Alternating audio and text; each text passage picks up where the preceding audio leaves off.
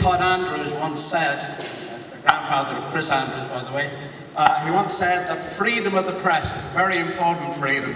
It's the freedom for every journalist fearlessly to write whatever the owners of the press want them to write. I think we have to remember that in terms of the way that the activities of Right2Change are blanked by the media. We have to find another way of making sure that that message gets out to the people who matter.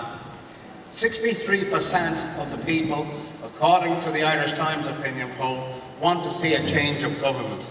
A change of government is meaningless unless it's a change of policy and a change of approach. And the politicians we have before us, a section of the 96 candidates who've endorsed the Right2Change principles and who are committed to effecting a real change of policy, not just a change of who gets the pension and who gets the ministerial mark. And what we need to discuss today is how do they envisage that being brought about?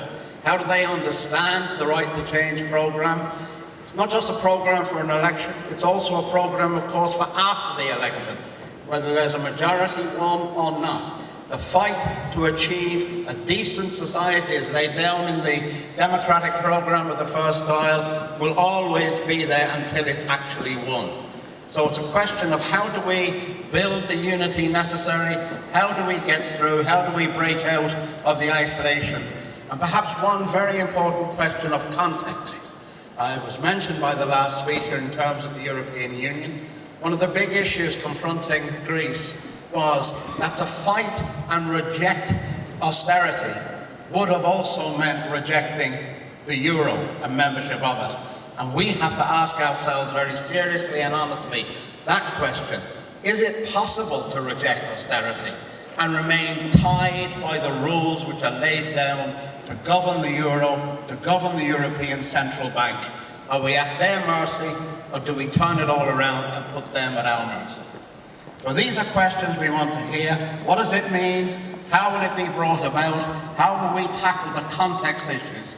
And I intend to ask all of the speakers to make a relatively brief introductory comment on how they see it, and then a discussion between them. Discussion means changing it back and forward, ask a few questions, and although time is pressing, hopefully have an opportunity for some time from the floor. So, given the pressing of time, I'll start, I understand, from the far end. That's on my extreme left, I think. So I'll start with Brendan Ogle, one of the main organisers and inspirers, I think, of this whole program. Thank you very much, Eoin. Not quite sure how far to the left of you I am, Eoin. Maybe that's something we'll have a pint about later on. But it's great to sit up here today at a time of such hope, at a time of such passion and desire for a changed nation, for a changed republic, and to be joined by Richard, Mary Lou and Claire on behalf of and representing almost 100 candidates going before you, going before the citizens of this country 13 days from now. Those candidates share the vision of a new Ireland, and that vision arose from the people itself, very much like the proclamation that was brought to our streets 100 years ago. It's a vision for an egalitarian republic, a republic that in those famous but so far undelivered words cherishes all of the children of the nation equally. I think it's very, very clear we do not live in such a republic. I think it's very, very clear that having lost our economic sovereignty, having been dictated to by the whims of finance capital to such an extent that our public services have been hollowed out, our money has been spent on bondholders, including unsecured bondholders. 1 in 6 of the people born in this country are forced to live abroad. And we still have a massive unemployment issue and a massive homelessness crisis, in addition to the stealth by corporations of, or attempted stealth, of our human right to water. So we've got a new vision now, which has come from the people itself. And people say, I've been asked by the media this morning, well, Brendan, you know, can this really be done in this election? You know, is 100 enough? Or is 90 enough? Or is 110 enough? My answer to that, on behalf of all the communities and the trade unions, the politicians are very good at speaking for themselves, so I'll leave that to them. My answer to that is, up until a year and a half ago, we were in national collective trauma. The Fighting Irish had stopped fighting.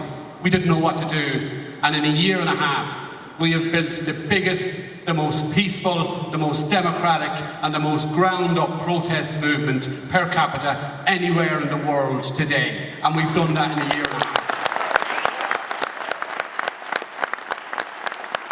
And having done so in a year and a half, I'll finish now on, having done so in a year and a half, in this historic year of 2016, even if it's technical, even if it's theoretical, even if it's mathematical, the Irish electorate, 13 days from now, have a choice. They have a choice to choose a government that isn't led by Tweedledum, or as Mary Lou called it the other day, Tweedledummer. They have a chance to elect a government, to elect a very strong opposition, but let's go for it. Let you get your families, your friends, your communities on the streets next Saturday, and let's go for this. Let's have a protest in the middle of an election campaign, and let's mobilise and let's deliver on what Connolly, Larkin and all the other signatories of the proclamation looked for 100 years ago. Thank you.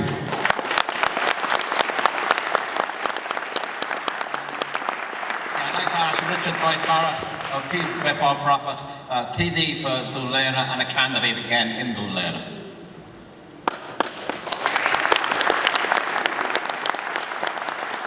I want to be able to wave my hands around, sorry, so I'll stand up. We need to change the narrative around this election. It's very difficult to know, frankly, what the narrative is about after the debate we saw on Friday. But insofar as there is a narrative from the establishment, it is that the choice in this election, and maybe more generally, is between stability and chaos. Their stability, presumably our chaos. And I think we have to say that is not at all what's at stake. That's not at all the debate. The debate is, how do we redistribute wealth in a fair way to end the obscene and growing inequalities in our society?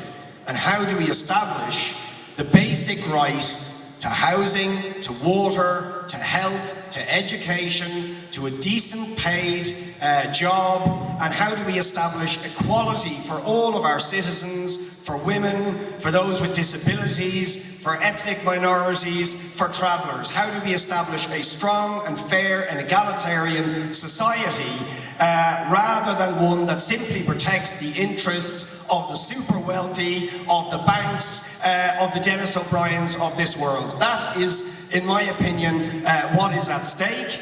And the mechanism to achieve that is not simply about parliamentary arithmetic. It is about looking to social movements for change of the sort that we have seen on the streets in the last year or two with the Right to Water movement.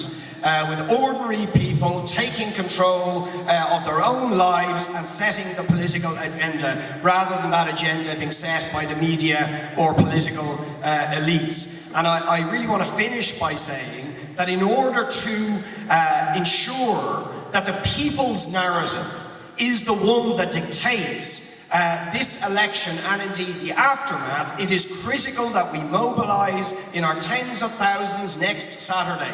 That is the way to reorientate and refocus the political debate in a way that reflects the concerns of ordinary people. So between now and next Saturday, I would really urge people, build for the Right to Water protest, mobilise on the streets, and let the people tell the establishment what they want and what is really at stake in this election. And I think we have a historic opportunity over the next few years to reshape Ireland in a progressive, egalitarian and fair way.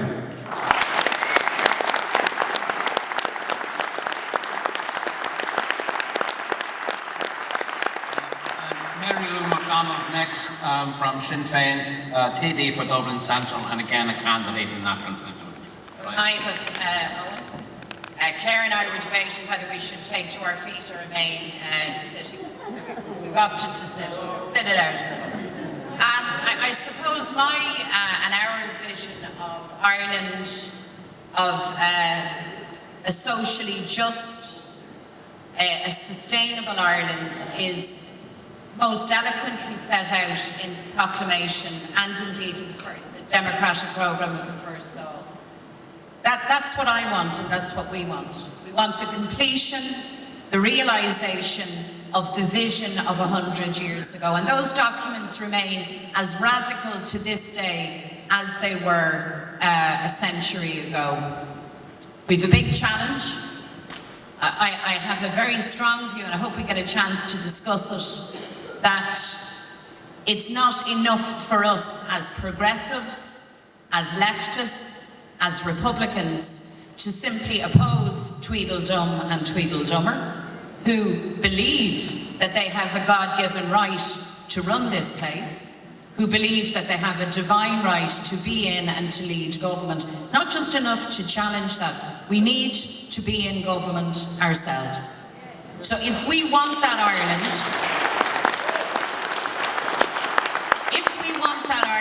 we have to be on the streets next Saturday, as Richard has said and as Brendan has said.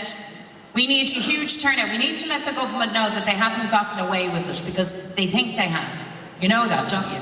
They believe that they have gotten away with their misgovernment and their inequality over the last 5 years. We need to show them something different. But we also need to be prepared to take the levers of power ourselves. If we want that Ireland, and we do, if we believe that Ireland is possible, and we know it is, we have to be prepared to struggle for it, to protest for it, to build it, and to make it happen. And that's why I believe this platform is so essential, because there are almost 100 candidates standing in common cause for social justice, for equality, for public services, for sustainability, for international solidarity and justice. We now have the slate of candidates. We have the policies. We have the positions. We are right on these issues. What we need is the trust of the people, the mandate of the people, and the collective self-confidence to get stuck in and to make it happen.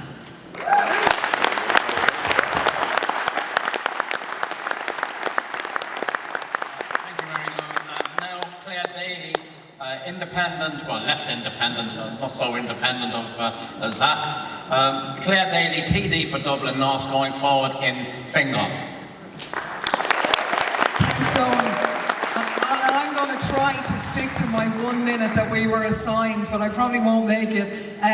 Look, I think the narrative that's put about by the media and the political establishment that we've all suffered, we've all made sacrifices, and now the economy is recovering, is absolute and utter nonsense. And it's just patently untrue, because the reality of the lifetime of this government and the one before it is that those at the top have actually benefited massively from the economic crisis. And the inequality in our society is not an accidental, unfortunate byproduct that they're now addressing. It's the deliberate outcome of neoliberal politics that puts the interests of big business and the wealthy ahead of the interests of ordinary people. And they will continue to do it as long as we allow them to do so. And the consequence of that has been that issues which maybe our parents or many of ye here thought were resolved years ago, the basics, that if you were sick you could get to a hospital, that you could get a roof over your head, that the idea of a decent, secure, permanent job was not something incredibly greedy, but was something that people should have as of right.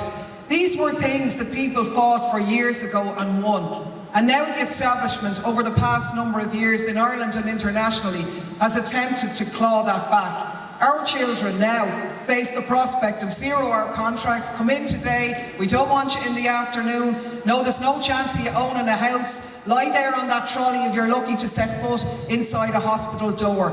Now we know that people on the doorsteps realise this too. They're utterly sick of the three main establishment parties, but they maybe aren't clear on what the alternative to that is. But we know that no matter what the outcome of this election, more people are going to vote against them than ever before. The figures at the moment would say it's about 55-45 at the moment. That's getting close. And for us to seize that opportunity, two things are necessary. First and foremost, social change is primarily delivered outside on the streets by organised people power. And people here have demonstrated that. We've achieved change like never before. Whatever government gets in next time round, they're going to have a tiny majority. And we can put them under huge pressure. But it's not enough to just protest. People have a right to an alternative. And that's why people have to unite around a progressive platform, a progressive programme. We don't all have to be best friends or think we're all great or whatever, but we have to learn to cooperate on the basics, to give the Irish people who are out there in their hundreds of thousands who want that alternative. That's why you're here, that's why we're here, but we really do need you more than that on the streets of Dublin next week, and to build for that, to let them know that this is a movement in progress. And no matter what the outcome of the election, it's important, it's very important, and we're getting withdrawal symptoms now from not even being in our constituency for about 2 hours, but it's not the be-all and end-all, because we're going to have another election pretty damn soon, and if we don't take them this time, we can make sure we prepare to take them next time.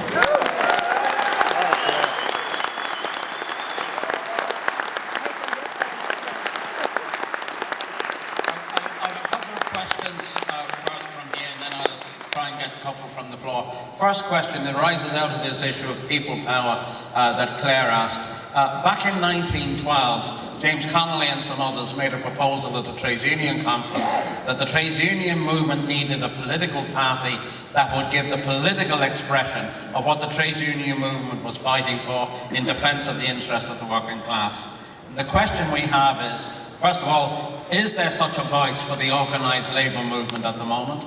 Is there a voice for the organised trades unions, the organised residents associations, community associations? How do we bring all of those bodies into action? Because with all due respect to our politicians, it's not politicians who make revolutions or who make change. It's people through their organisations. So how do we bring them into being? And how do we recreate the idea of a working class movement with an active political party expressing it and working with others to achieve the aim? So maybe I'll just start with Claire, since you raised the question of people power. Well, I suppose we just have to keep doing what we've been doing, but try to do it better. I think the unions that have affiliated around the Right2Change and Right2Water platform have played an extremely important role in taking that process forward, but it's not enough. I mean, I suppose the best way of changing things is to try and involve people in activity who've never been involved before, and taking that message out on the streets. But I mean, what Eoin has outlined, I mean, that's why we're here. That's precisely what we're trying to develop in the various strands that we represent here today. So, I mean, that's an answer really for the audience rather than us, I think, you know. Yeah, I don't know that, well, I mean, back in 1912, that was the objective, and that's what brought you the Labour Party. So, I mean, how did that go for the working class? Let's ponder that for a minute. I'm not so sure that we need a single political party. Maybe ideally that's how it would work out, but I'm not sure that that's where we're headed. You see, to my mind, it is this idea of a platform such as Right2Change, because you boil things down to their bare essentials. So I'm a Sinn Féin woman. I'm an Irish Republican. The issue of Irish unity, national democracy is absolutely at the core of my politics. I have Sinn Féin, our party, have differences with others within the platform. And I actually think that's a good thing. I think it's a legitimate thing. But the important thing is those core positions, values and goals on which we agree.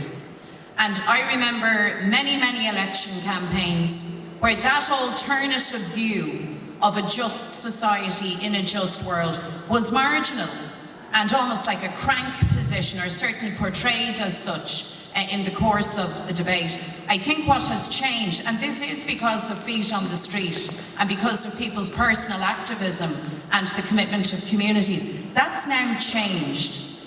And the core issues around tax justice, around issues of public service and access, around democracy, have increasingly come into the centre ground, and I mean that in the best possible way. So it's about us popularising the view and building belief in people that it doesn't have to be this way. Lifting people's morale, speaking to people directly, not speaking over their heads, involving people, and also giving each other on the left the freedom to have differences within our ranks. That's an entirely healthy thing. But where we agree, let's agree and let's take them on.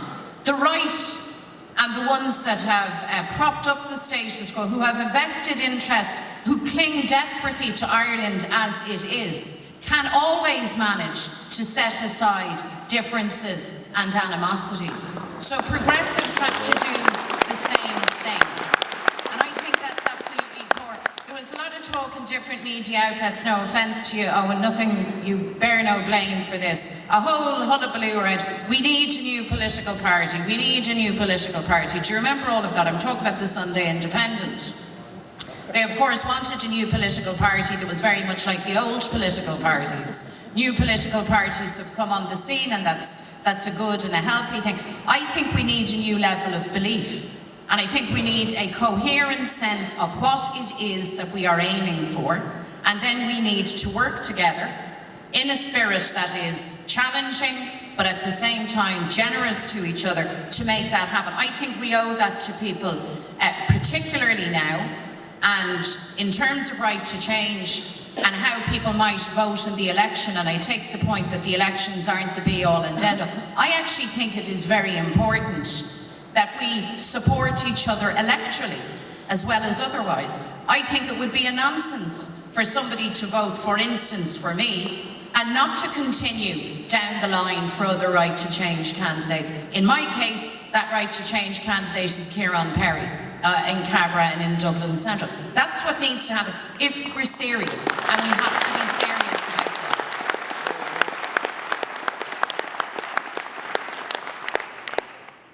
Yeah, I mean, I think the answer to the question, we've started to provide the answer to the question with the Right to Water movement, because if you look at the provenance of any new political movement, it has always arisen out of mass movements and mass mobilisations of people. I mean, all of the political establishment parties themselves really arise out of the pre-revolutionary and revolutionary period which gave birth to this state. Sadly, all of them lost their way and became detached from that movement and its aspirations and its demands, of the sort of demands that are on the banners behind us. They lost their way and became obsessed purely with the control of the political machine, rather than the development of the mass movement and meeting the demands that that movement had thrown up. And of course, very quickly, that led to the sanitisation of those demands and changing them into, De Valera's vision for Ireland, as opposed to the revolutionary vision that had been thrown up by the mass movement by 1916 and the revolutionary period. So for me, developing a new political movement is always about being part of and linked to and organising and facilitating and promoting and encouraging the movement from below. And trying to deliver on the demands that that movement itself has thrown up. And I think we have made a very, very positive step in that direction with the Right to Water, with the Right to Change, and we need to keep moving in that direction. And it's why Saturday is so important, because I think the thing that we're lacking, we're still a work in progress, but the thing that is always the hurdle for us is our level of organisation and our level of confidence. And I think those things go up and down. I think there was an extraordinary level of confidence on the back of the big mobilisations over the last year, but then sometimes it dips if the movement is not continually organising and linking together. So that's what I think we have to do, and obviously that means the existing left organisations being able to unite around the common principles and policies that the movement itself are throwing up, and which are expressed in things like the Right2Change document. So we're on the road, we've made great progress, but we've got to continue developing that movement and pursuing the demands and the principles and the objectives that movement have thrown up.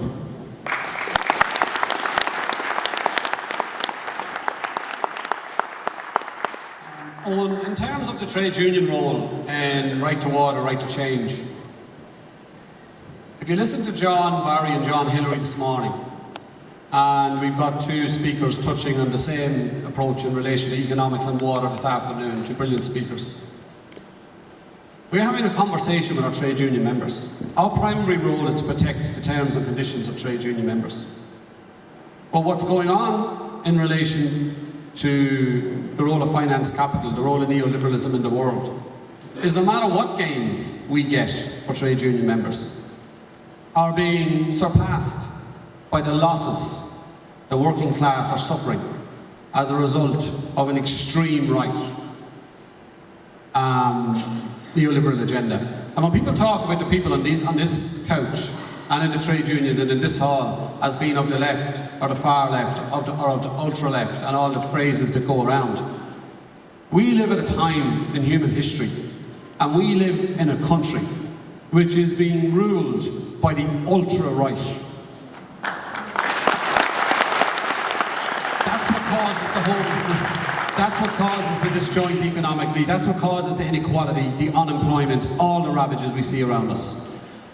So what we need to do as a trade union movement, I believe, is talk to our members and get our members' support for continuing involvement in campaigns such as this, which are about social justice and which are about fighting back on behalf of our class.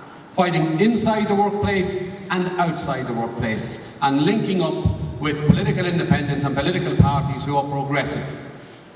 The left in Ireland has a reputation for being disjointed, and I think we really need to concentrate on the fact we do not have to see eye to eye to stand shoulder to shoulder. As Mary Lou says, there's as many factions on the right, but they don't have any trouble unifying, because all they care about is money and profit. They put money and profit before people, and they can unify around that. It's very, very simple. So I think the trade unions the policies are developed from the ground up. We're looking at politics from a policy position. We're working with communities and with activists all over Ireland to develop the policies, and then we're going to the politicians and saying, these are the policies the people want, will you endorse them? I think that's politics the right way around, and I think we have to keep doing it within the movement.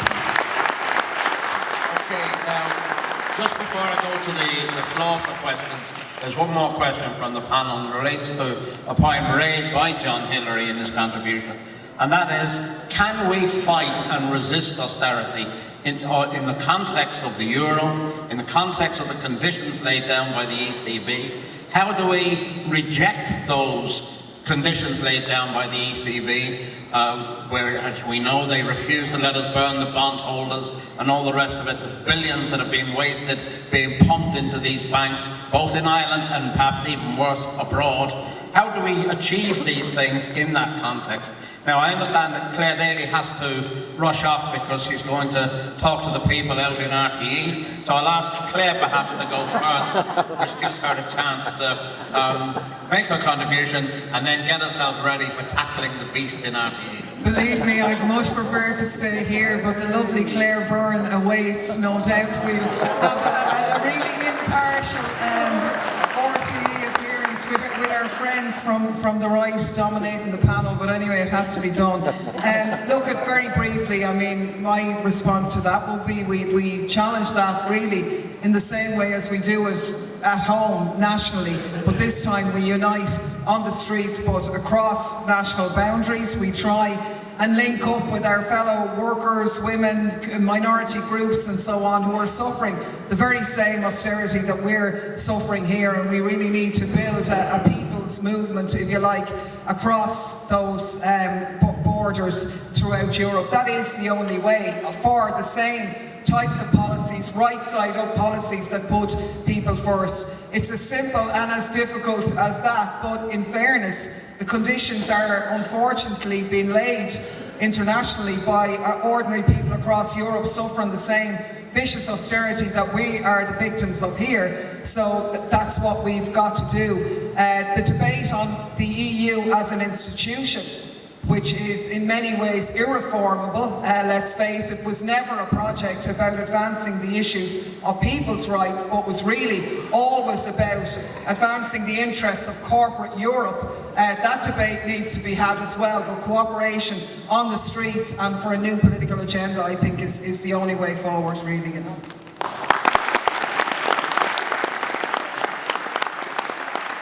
So, I'll just say goodbye to Claire and thank her very much for attending.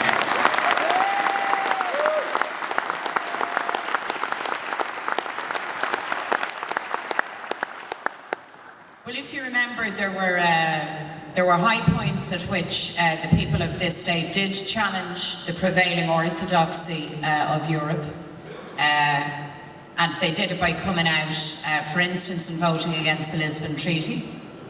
Of course, it was rerun. Wrong answer, try again, kids, was the answer from the establishment. I think Claire has it when she says this is about seeing beyond national borders.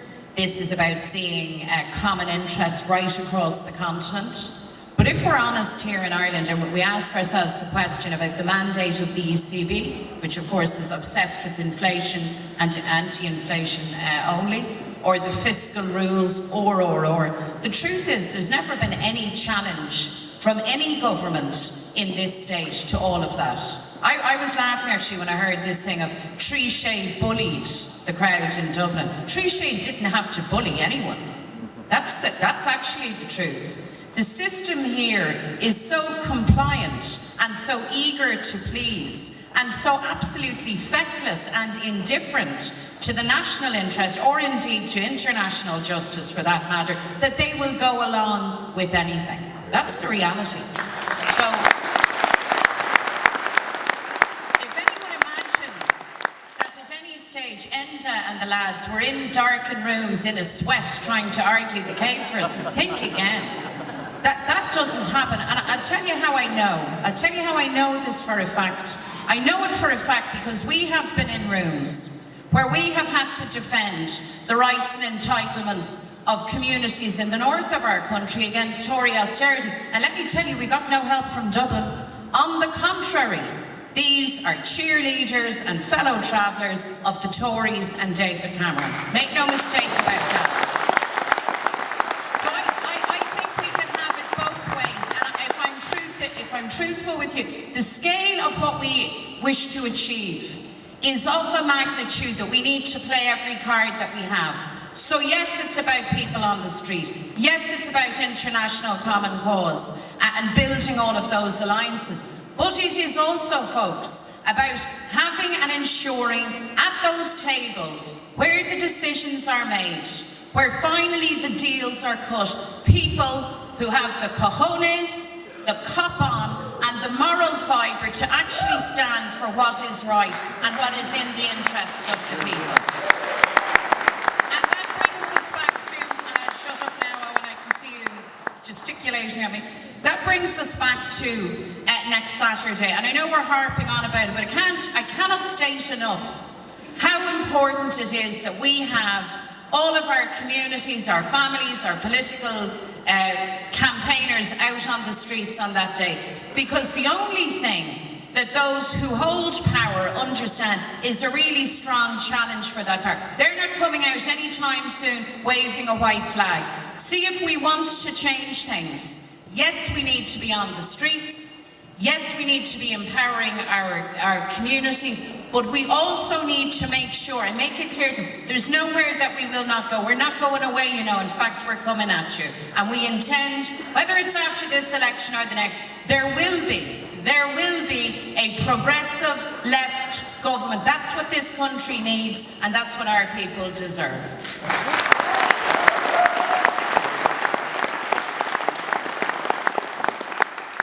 Yeah, on the question of Europe, I am absolutely convinced that there is no future or there's no possibility of achieving the sort of society that we want to achieve within the neoliberal straitjacket that has been institutionalized in the European Union through the various treaties. Not just the fiscal treaty, but also all of the state aid rules, which essentially make reversal of privatisation impossible, make public provision of key services, developing public enterprise and so on, virtually impossible. I mean, not just the treaty, as I said. I mean, it's a fact I've only discovered a while ago. The state forestry company cannot plant new trees effectively because of EU state aid rules. We are hamstrung in returning to large-scale council housing provision because of EU state aid rules. We are already, with the establishment of Right2Water, in a dilemma where once charges come in, we are effectively hamstrung by EU state aid rules, which will push us towards the privatisation of water. So I think there is no future, and when you look at the economic terrorism that was meted out to the Syriza government by Europe, you can see this is an absolutely corporate, neoliberal, pro-privatisation, bankers Europe. And I don't believe there's any future within that, and that we have to be willing to break through its limits and its treaties and its structures. Now, that being said, we have a dilemma. Because, of course, a lot of people would agree with our aspirations and demands for a more equal and fair society with the rights to health and education and housing and so on, but they still are afraid to break from the European project and maybe also believe there is somewhere buried in the European Union a social Europe. And that's the dilemma we have. And I think what we have to do to sort of navigate that dilemma is to highlight what are the demands, as we are doing. What is it we want?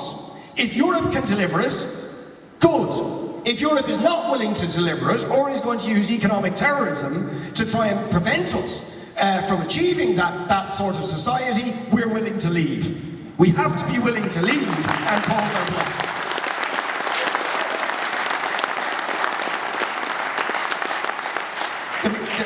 The last point I do want to make, though, because we're probably near the end of this, is I think it is tremendously important. I don't know if RT and the journalists are here, but I think it is tremendously important, as Mary Lou and Brendan and others said, that one of the key messages that goes out of this conference is the importance of next Saturday.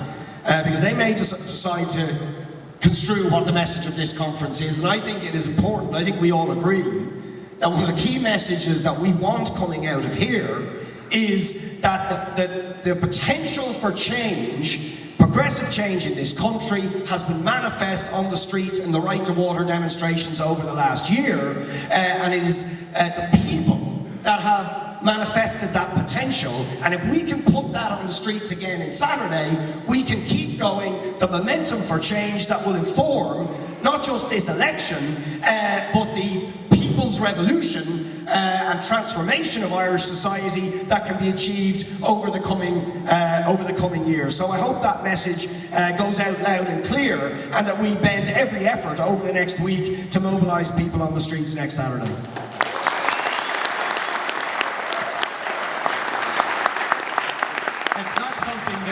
It's not something you'll read very much or hear very much in Irish political discourse. But the European Union is on the point of collapse. The European Union is struck by a fiscal crisis And anybody that wants to read a newspaper that hasn't been printed in Ireland will see that this week, including in Germany, by the way, with the potential collapse of Deutsche Bank. And the European Union for some time now has been struck by a democratic crisis that has become unaccountable and not responsive to the needs of European citizens. And I don't say that as something that should be celebrated. I do not believe it's something that should be celebrated. I believe it's tragic. Because the enemy of us all, well, almost us all, I think us all in this room anyway, is global. It doesn't come from Fine Gael head office or Tory party head office. I think they're kind of the same thing now, if they were ever any different. It doesn't come from Fianna Fáil. It's global. It came, in my view, initially from Milton Friedman, and it's global. And it's affecting working communities, working class people, and citizens all over the world. So we should not be celebrating that a union, a continental union, that had the potential to be a significant bulwark in the fight against neoliberalism, has been stolen by the right, kidnapped by the right, and possibly destroyed by the right. It's nothing to celebrate. But it's a sad fact. It's a sad fact. And I think what we need to do is we need to continue to communicate, and one of the things we've always done through Right to Water and Right2Change is to communicate with progressive forces throughout Europe. We were very happy to be invited to Berlin this week, and you'll hear a video recording from Yanis Varoufakis later on this very issue. We've been dealing with people in Podemos, and we've been talking to people, as all the political parties have. People all around Europe are suffering the same as us to different extents. They're feeling the same crushing abuse. So let's not be too isolationist in our thinking. Let's not think that we can sit out here on the edge of the Atlantic and fix something that is a global assault on our lifestyles and our well-being out here in Europe. We've never done it before, and we're not going to be able to do it now. So if the European Union does disintegrate, and I predict it will, it'll either democratise itself, and there's no sign it's capable of that, or it will disintegrate. And I think it will do so relatively soon. We need to form some other alliances, whatever they become, with other progressives throughout Europe. We better not fall into the trap of thinking we can fix neoliberalism in Ireland. We can't.